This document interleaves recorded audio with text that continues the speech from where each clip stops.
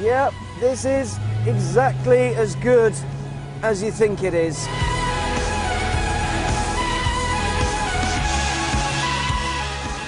This, in case you hadn't guessed, is the brand new Jaguar F-Type, one of the most exciting cars Jaguar has released for years.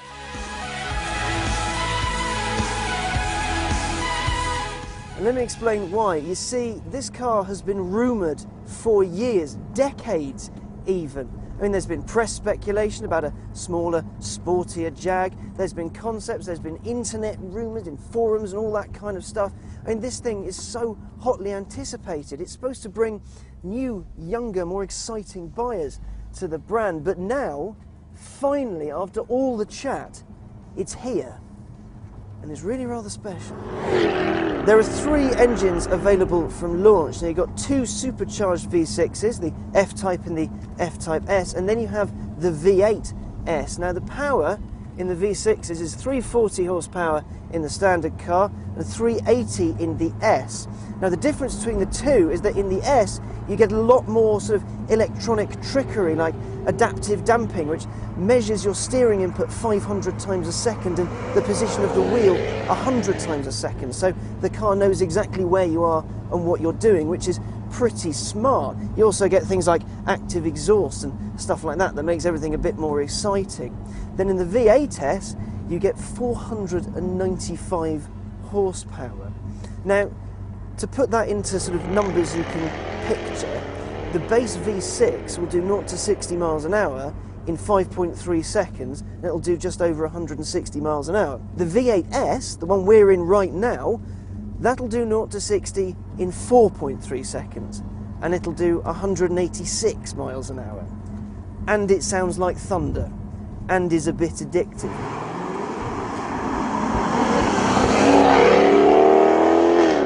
As a thing to look at, the F-Type certainly is something. I mean, it's absolutely exquisite, but everything has purpose. For example, its grille looks like it's just going to eat the road, but it's also there to cool whichever heart lies underneath its very trick bonnet. The F-Type's construction is all aluminium, so the bonnet, even though it looks very pretty, actually a lot more work went into it. You see, aluminium doesn't bend like that, it just doesn't work. So Jaguar's engineers had to come up with a new alloy that they could then press 3 times to get the crease lines that the designers wanted to have. As a result, it only weighs 15 kilos, which in bonnet terms really isn't much. To keep everything nice and slippery, the designers put in some nice little barrelling details. For example, the door handles go into the car and they open when you unlock it or press on a pressure pad. That's really cool, but it keeps the silhouette and the line really nice and smooth. The heart lines of the car, which is something the designers are incredibly big on, they start at the front, meet in the middle, then go over to the back and give it a really powerful stance. It's the rear, though, that features my personal favourite part of the car. Because of its lines and because of its shape, it does need a spoiler to stay on the road at speed. So at 60 miles an hour, a little bit of the boot rises up and adds an extra 120 kilos of downforce. As its name suggests, it has a very big pair of shoes to fill, the legendary E-Types.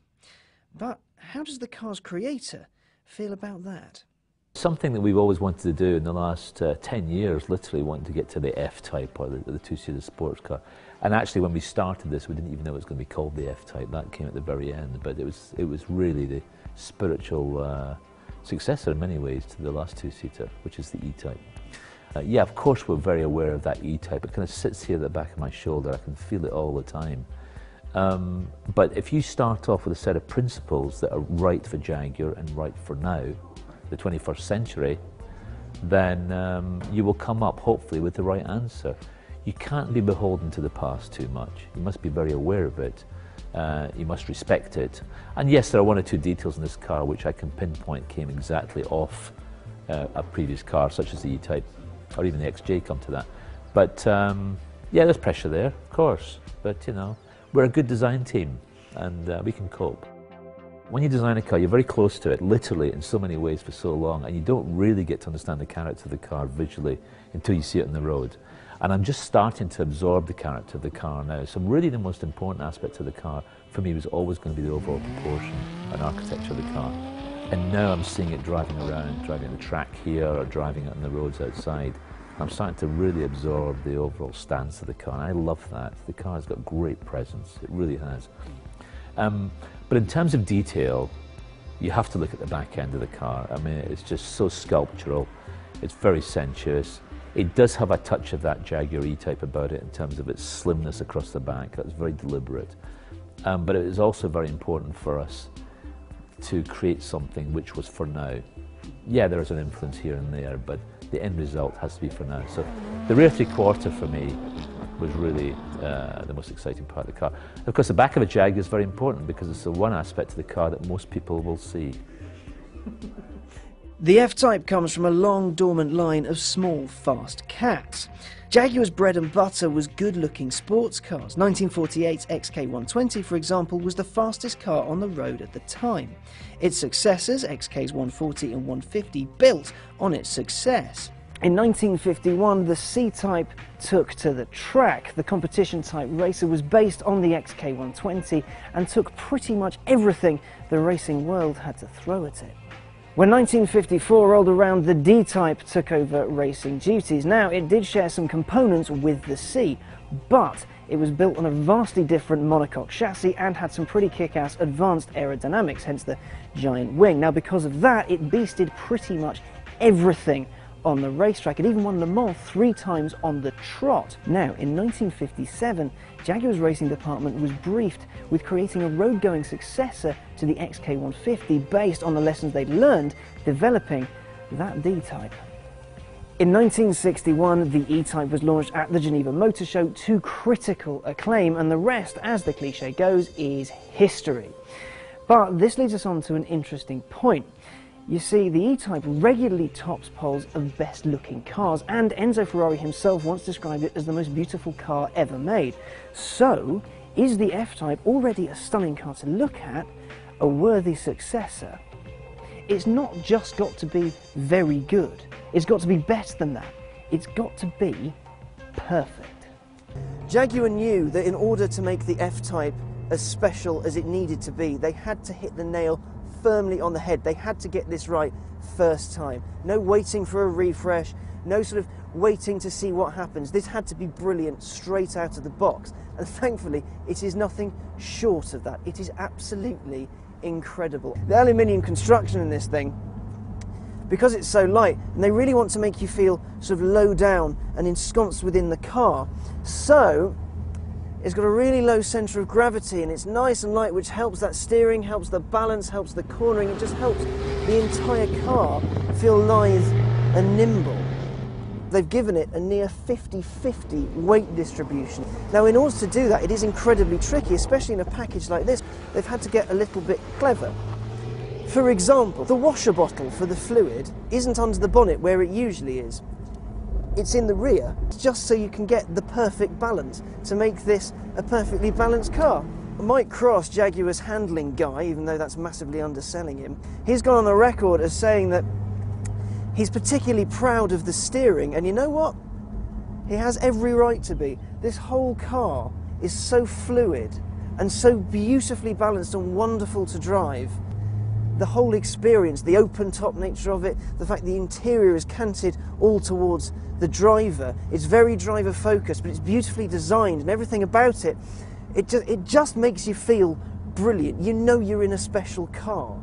Well, out of the 3 versions, the 2 V6s are designed more for handling, even though they have 340 and 380 horsepower respectively. The V6 and the V6S are designed for sort of more twisty handling stuff and is set up as so. That's absolutely brilliant. I took a V6S on track and it felt incredible. I had such good fun in it. I really did love it. I then got in the V8 and I need this noise in my life.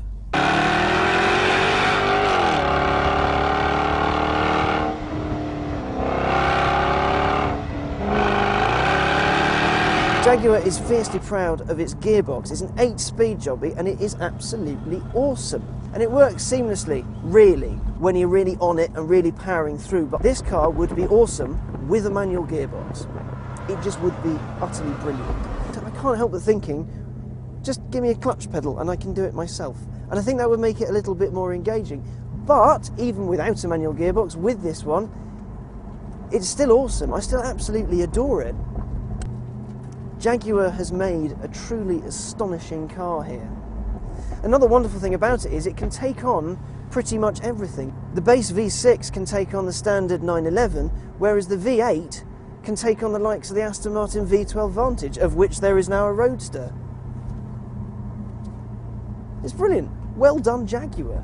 It's for people who maybe didn't think Jag was quite for them. Now Jaguar's for you. This is a car that you can have. The XK is for old men with golf clubs. This, the F-Type, is a car for people that want fun. The F-Type is supposed to be the Jaguar. It's the car you're supposed to think of whenever you think of the Jaguar brand. It's got to take the torch from the E-Type and bring it down to a new generation of buyers and enthusiasts. But the big question is, I mean the really big question, is does it have the soul of its forebears? The F-Type really, really does.